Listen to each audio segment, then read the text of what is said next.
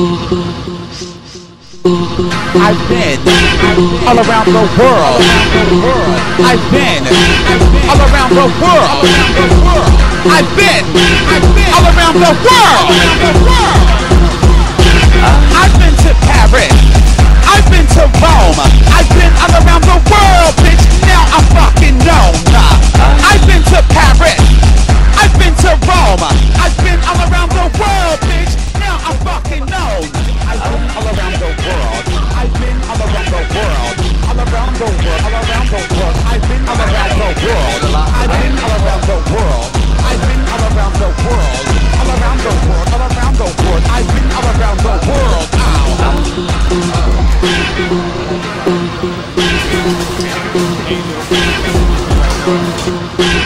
I've been to Paris.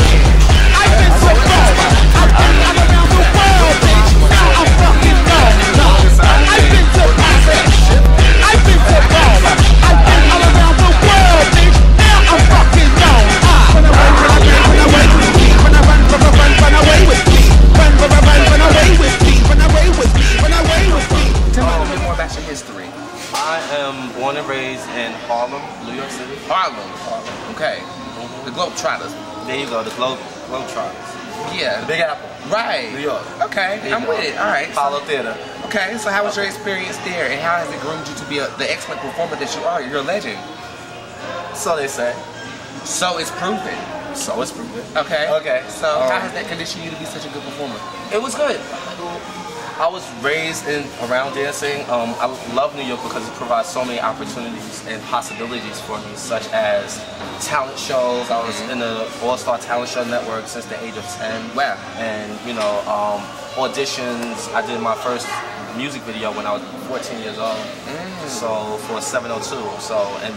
Since then I've been dancing non-stop because of the opportunities that New York provides. So would you say dancing is your passion? Dancing, I am dance. You are dance. So the epitome of dance is Pony Zion. There you go. I'm with you. All right. So if I can take that bit of information and translate it into the homosexual community. Now, for many of people that are watching, the homosexual community is a counterculture, and it's a culture that embraces a lot of different things. Okay. Subcultures. Right. I specifically use the word counterculture because it kind of goes against mainstream society, which is why I said counterculture. But it is a subculture as well, and it does encompass a lot. So, just for the people that are watching and things of that nature, he is legendary in the subculture of the homosexual ballroom scene community. Mainstream society, you explained earlier, and while we were shopping for squashes. It was not squashes. What was it? They were yellow melons. What's that? I don't know, but I think we can make some type of squash or something. We're gonna make a squash with another food. 4, close the door. Legend in the ballroom scene. Right. In mainstream society, do they recognize you as a legend though? Especially like on MTV and America's Best Dancer? Yes now, because we made history. Exactly. So, being that we made history and on America's Best Dancer is Vogue Evolution. We made history, we did our thing. So with that, because of that, we are now legends, leaders, and in the forefront of the game. In the forefront of the world. Like, we think big, you know. Right. We don't really put ourselves, we're in the front of the gay community, but we're standing for everyone. Everyone matters. Exactly. And I can kind of empathize with that because that's what I represent. You know, I'm a performing artist and trying to up and come in mainstream I've seen your work. You're, like I said before, you're a ball of creativity that I commend you on. Being comfortable in your skin, and regardless of where you're at and what you're doing, you don't adapt to the atmosphere. You allow the atmosphere to adapt to you. So I want to commend you. Thank you so much. Yeah. Well, if you could give me some advice, how would you suggest that I do penetrate the mainstream society? Because right now I am so underground that I'm not very known. You know what I mean? I'm trying to penetrate that community as well as stay true to who I am as a person. Just using this word penetrate. I love it though. How do I penetrate? Okay. Get your mind out the gutter, Pony, and answer the question. I'm sorry. Okay. Words of advice, please. Okay. Keep doing what you're doing. Allow yourself to be selfless and live your life in a place of contribution. Okay. People love people that love.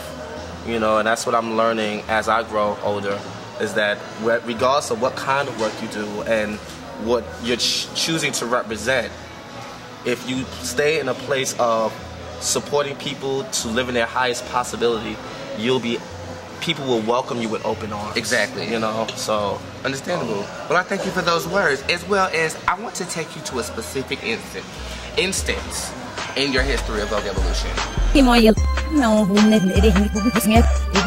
Lay on me, your behavior, come on, it's unacceptable. I just feel that you always have to remember your truth. You were born a man, and you are becoming a woman. If you're gonna become a woman, act like a lady. Don't be a bird. Like, oh my God, I'm not doing this. You know what I'm saying? It gets too crazy and it gets. I'm gonna keep this politically correct.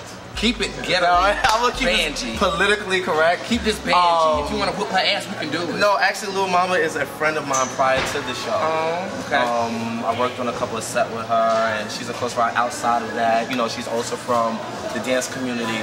So, I mean, we all gagged. What Little Mama was trying to say did not come out correct. How she wanted to say it. What she wanted to say was, if you're gonna be somebody, be that person. We have to. I understood. Now we have to understand, because nobody has to tolerate this. But I understand that Little Mama is young, you know, and we, like I said, we were educating people on how to love us. Exactly. So how she verbalized what she wanted to say to Lay on Me didn't come out right. So sometimes if you change your understanding, you can shift your perception. If you shift your perception, you can get hold on, wait. I gotta wrap my head around the first thing you said. If you change your understanding, you can shift your perception. And if you shift your perception, you'll get a different experience. And the perception that you are perceiving is reality because it emphasizes your belief. Exactly. And my belief was not that she was trying to hurt Lay on Me. She was trying to discipline Lay on Me into being more, but the way she said it was very disempowered. Exactly. So that's why America experienced it the way they did. Now see, I take the whole instance as, you know, as an audience member and not being directly involved with it as blatant disrespect. But now that you elaborate on that, I do have further insight. However, I have to defend my girl Naomi because she's a legend, and you know, Naomi's amazing. Like she was a legend before ABDC, and Lil Mama knew that. So to me, it was like she was coming for the throne. Right. No. Little, like I'm not taking away from.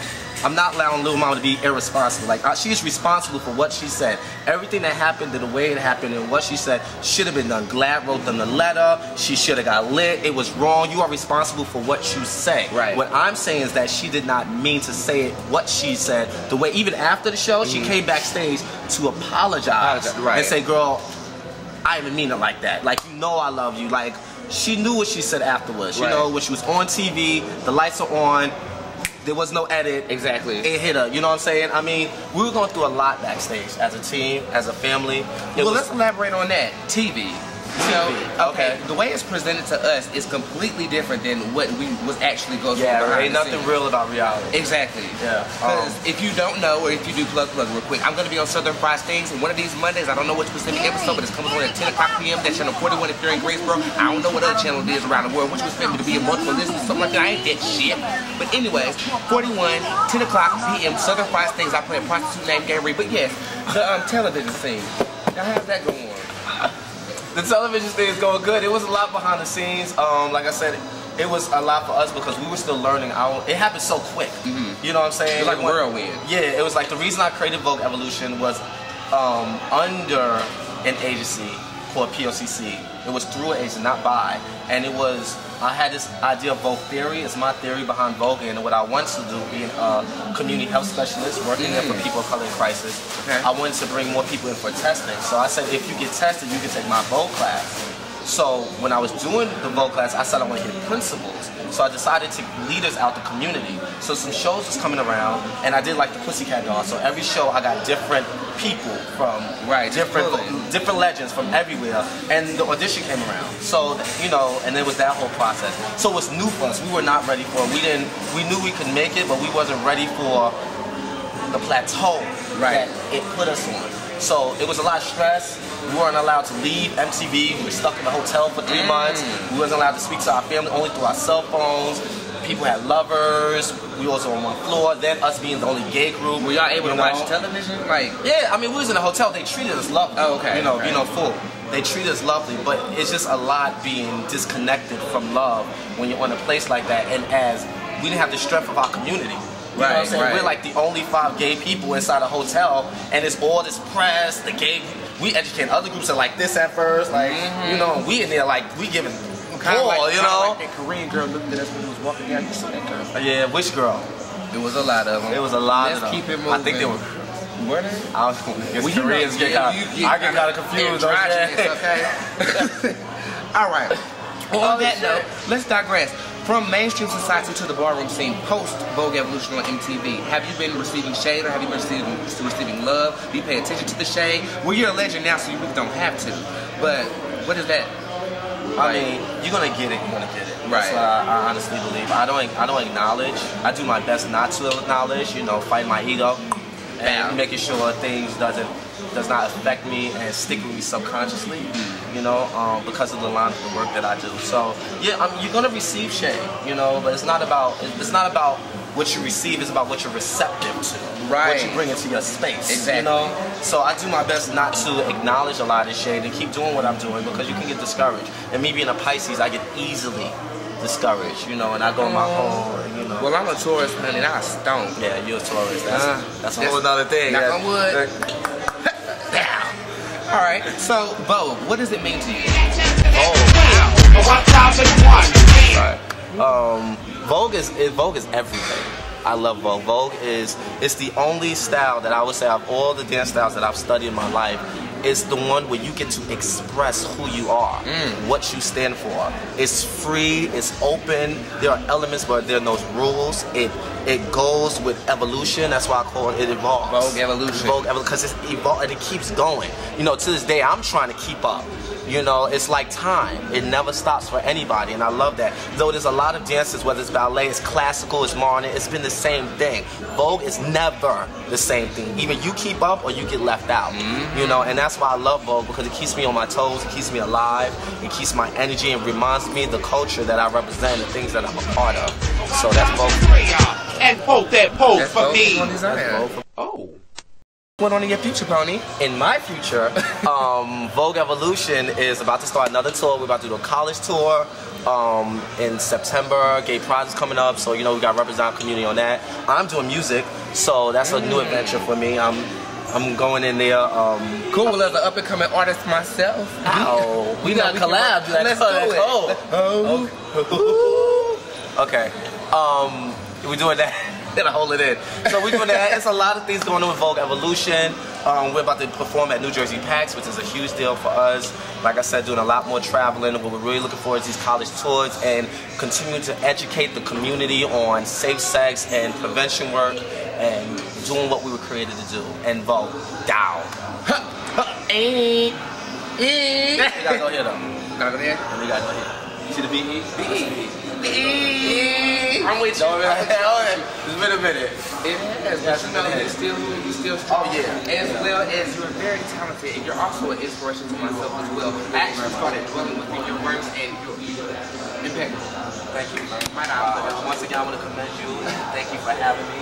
And I hope everybody in the world gets to experience your level of creativity, because once again, this has been an experience for me and allows me to be comfortable in my skin and you bring me out. You know, and just the fact that yes, that's the bad part. So you're eating it. And I just want to say, you're a beautiful person inside out. Keep doing what you're doing. And will. Thank you, Pony. Thank you. I've been all around the world. I've been all around the world. I've been all around the world. I've been to Paris.